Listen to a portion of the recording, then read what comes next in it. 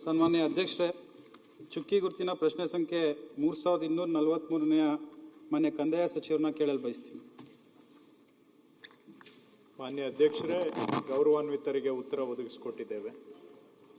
ಸನ್ಮಾನ್ಯ ಅಧ್ಯಕ್ಷರೇ, ಮೊದಲನೇದಾಗಿ ಸನ್ಮಾನ್ಯ ಕಂದಾಯ ಸಚಿವರು ವಿಳಂಬ ಆದ ಮತ್ತು ನೆನೆಗುದಿಗೆ ಬಿದ್ದಿರ್ತಕ್ಕಂಥ ಸರ್ಕಾರದಲ್ಲಿ 1000 ದಿನಗಳು ಪೂರೈಸಿದ ಸಂದರ್ಭದಲ್ಲಿ 1 ಲಕ್ಷಕ್ಕೂ ಹೆಚ್ಚಿನ ಹಕ್ಕುಪತ್ರವನ್ನು ನಿವಾಸಿಗಳಿಗೆ ನೀಡಿರುವುದು ಬಹಳ ಯಶಸ್ವಿಯಾಗಿದೆ. ಅವರ ದೂರದೃಷ್ಟಿ ಮತ್ತು ಅವರ ಶ್ರಮದಿಂದ ಬಹಳಷ್ಟು ಶ್ಲಾಘನೆಯ ನಾನು ವ್ಯಕ್ತಪಡಿಸ್ತೀನಿ ಮತ್ತು ನಾನು ಅಭಿನಂದನೆಗಳನ್ನ ಸಲ್ಲಿಸ್ತೀನಿ.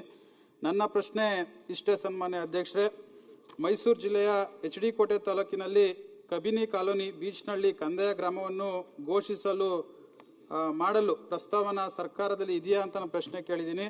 ಈಗ ಆಲ್ರೆಡಿ ಉತ್ತರವನ್ನು ಸಚಿವರು ಕೊಟ್ಟಿದ್ದಾರೆ. ನನ್ನ ಮನವಿ ಇಷ್ಟೇ ಅಧ್ಯಕ್ಷರೇ, ಯಾಕಂದರೆ ಬೀಚ್ನಲ್ಲಿ 1959ರಲ್ಲಿ ಏನು ನಮ್ಮ ಕಬಿನಿ ಡ್ಯಾಮ್ನ ಕಟ್ಟತಕ್ಕಂಥ ಒಂದು ಜಲಾಶಯ ಇರ್ತಕ್ಕಂಥದ್ದು, ಅಲ್ಲಿ ಸಾವಿರಾರು ಕುಟುಂಬ ಏನೊಂದು ಡ್ಯಾಮ್ ಕಟ್ಟಕ್ಕೆ ಬಂದಂಥ ಸಂದರ್ಭದಲ್ಲಿ ಅವ್ರಿಗೆ ನಿವೇಶನಗಳನ್ನ ಕೊಡ್ತಕ್ಕಂಥ ಕೆಲಸ ಆಯಿತು. ಅದಾದ ನಂತರ ಭಾಳಷ್ಟು ಜನ ಮುಖ್ಯಮಂತ್ರಿಗಳು ಯಾರೇ ಮುಖ್ಯಮಂತ್ರಿಗಳಾದಂಥ ಸಂದರ್ಭದಲ್ಲಿ ಅಲ್ಲಿಗೆ ಬಾಗಿನ ಹರಿಸ್ತಕ್ಕಂಥ ಕೆಲಸವನ್ನು ಸಾಂಪ್ರದಾಯಿಕವಾಗಿ ಮಾಡ್ಕೊಬರ್ತಾ ಇದ್ದಾರೆ. ಆದ್ದರಿಂದ ಆ ಒಂದು ಬೀಚ್ನಳ್ಳಿ ಗ್ರಾಮವನ್ನು ಕಂದಾಯ ಗ್ರಾಮವಾಗಿ ಘೋಷಣೆ ಮಾಡಬೇಕು ಅಂತ ನಾನು ಈ ಪ್ರಶ್ನೆ ಕೇಳಿದೆ.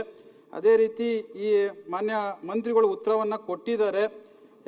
ಅವರು ಹೇಳಿರ್ತಕ್ಕಂಥದ್ದಿಷ್ಟೇ, ಇದು ನಮ್ಮ ಇರಿಗೇಷನ್ ಲ್ಯಾಂಡಲ್ಲಿ ಇರ್ತಕ್ಕಂಥದ್ದು, ಅದನ್ನು ನಮ್ಮ ರೆವಿನ್ಯೂ ಲ್ಯಾಂಡ್ಗೆ ಮಾಡಿಕೊಟ್ರೆ ಅದನ್ನು ನಾವು ಕಂದಾಯ ಗ್ರಾಮ ಆಗಿ ಘೋಷಣೆ ಮಾಡ್ತೀವಿ ಅಂತ ಹೇಳ್ತಾರೆ ಅಧ್ಯಕ್ಷರೇ. ಇದು ನೆನ್ನೆ ಮೊನೆಯ ಒಂದು ಕನಸಲ್ಲ ಅಧ್ಯಕ್ಷರೇ, ಇದು ಸುಮಾರು 60 ವರ್ಷದಿಂದ ಅಲ್ಲಿ ಇರ್ತಕ್ಕಂಥ ಗ್ರಾಮಕ್ಕೆ ಅಲ್ಲಿ ಭಾಳಷ್ಟು ಜನ ಕಾರ್ಮಿಕರಿದ್ದಾರೆ, ಬಡವರಿದ್ದಾರೆ. ಈಗ ಆಲ್ರೆಡಿ ನಮ್ಮ KRS ಡ್ಯಾಮಲ್ಲೂ ಕೂಡ ಹಿಂದೆ ಅದೇ ರೀತಿ ಒಂದು ಗ್ರಾಮ ಇತ್ತು ಅಧ್ಯಕ್ಷರೇ. KRSನೂ ಕೂಡ ಈಗ ಆಲ್ರೆಡಿ ಪಕ್ಕದಲ್ಲಿರ್ತಕ್ಕಂಥ ಗ್ರಾಮನ ಕಂದಾಯ ಗ್ರಾಮ ಆಗಿ ಘೋಷಣೆ ಮಾಡಿದ್ದಾರೆ. ಅದರಿಂದ ನಮ್ಮ ಬೀಚ್ನಳ್ಳಿ ಗ್ರಾಮನೂ ಕೂಡ ಕಂದಾಯ ಗ್ರಾಮ ಆಗಿ ಘೋಷಣೆ ಮಾಡಬೇಕು ಅಂತ ಮಾನ್ಯ ಸಚಿವರಿಗೆ ನಾನು ಮನವಿ ಮಾಡ್ತೀನಿ ಅಧ್ಯಕ್ಷರೇ. ಮಾನ್ಯ ಅಧ್ಯಕ್ಷರೇ, ಗೌರವಾನ್ವಿತ ಸದಸ್ಯರು ಹೇಳುವಂಥದ್ದು ಜನಗಳ ಪರವಾಗಿ ಸರಿಯಾಗಿದೆ.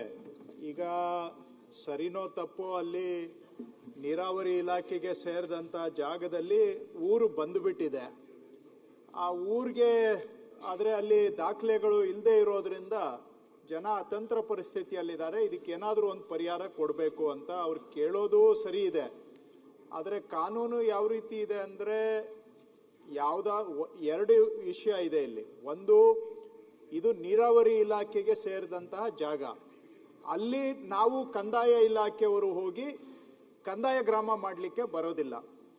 ನೀರಾವರಿ ಇಲಾಖೆಯವರು ನಮಗೆ ಒಪ್ಪಿಗೆ ಕೊಟ್ಟರೆ ನಾವು ಮಾಡ್ಬೋದು. ಆದರೆ ನಾವು ಏಕಾಏಕಿ ನೀರಾವರಿ ಇಲಾಖೆ ಜಾಗದಲ್ಲಿ ಮಾಡಲಿಕ್ಕೆ ಕಾನೂನಲ್ಲಿ ಅವಕಾಶ ಇಲ್ಲ. ಸೊ ನಾವು ಅವ್ರಿಗೆ ಮನವಿ ಮಾಡ್ಬೋದು, ಬೇಕಾದರೆ ಜನಗಳ ಪರವಾಗಿ ಇದನ್ನು ನೀವು ಬಿಟ್ಕೊಡಿ ನಮಗೆ ಅಂತ ಮನವಿ ಮಾಡ್ಬೋದು. ಉತ್ತರದ 1ನೇ ಭಾಗ.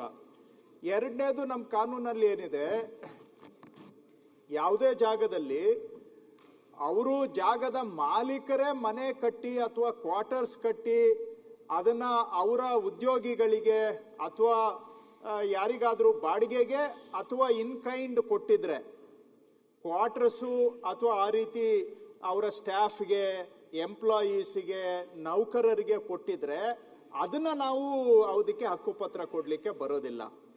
ರಿಪೀಟ್ ಮಾಡ್ತೇನೆ, ಒಂದು ಕಂಪನಿ ಆಗಲಿ ಅಥವಾ ಜಮೀನು, ಈಗ ಎಸ್ಟೇಟಲ್ಲೂ ಕೂಡ ಎಸ್ಟೇಟಲ್ಲಿ ಲೈನ್ ಮನೆಗಳಿರ್ತವೆ, ಅದನ್ನು ಅವರ ಎಂಪ್ಲಾಯೀಸ್ ವೆಲ್ಫೇರಿಗೋಸ್ಕರ ಅಲ್ಲಿ ಅವ್ರಿಗೆ ಸ್ಟಾಫ್ ಕ್ವಾರ್ಟರ್ಸ್ ಅಂತ ಕಟ್ಟಿ ಕೊಟ್ಟಿರ್ತಾರೆ. ಆ ಸ್ಟಾಫ್ ಕ್ವಾರ್ಟರ್ಸನ್ನು ನಾವು ಅದಕ್ಕೆ ಹಕ್ಕುಪತ್ರ ಕೊಡಲಿಕ್ಕೆ ಕಾನೂನಲ್ಲಿ ನಿಷೇಧ ಇದೆ. ಸೊ ಇಲ್ಲಿ ಅವರು ಪ್ರಶ್ನೆಯಲ್ಲೇ ಏನು ಕೇಳ್ತಾರೆ, ಈ ಕಾಲೋನಿಯಲ್ಲಿ ನೀರಾವರಿ ಇಲಾಖೆಯ ಅಧಿಕಾರಿಗಳು ಮತ್ತು ಕೂಲಿ ಕಾರ್ಮಿಕರ ವಾಸಕ್ಕಾಗಿ ಅಧಿಕಾರಿಗಳು ಮತ್ತು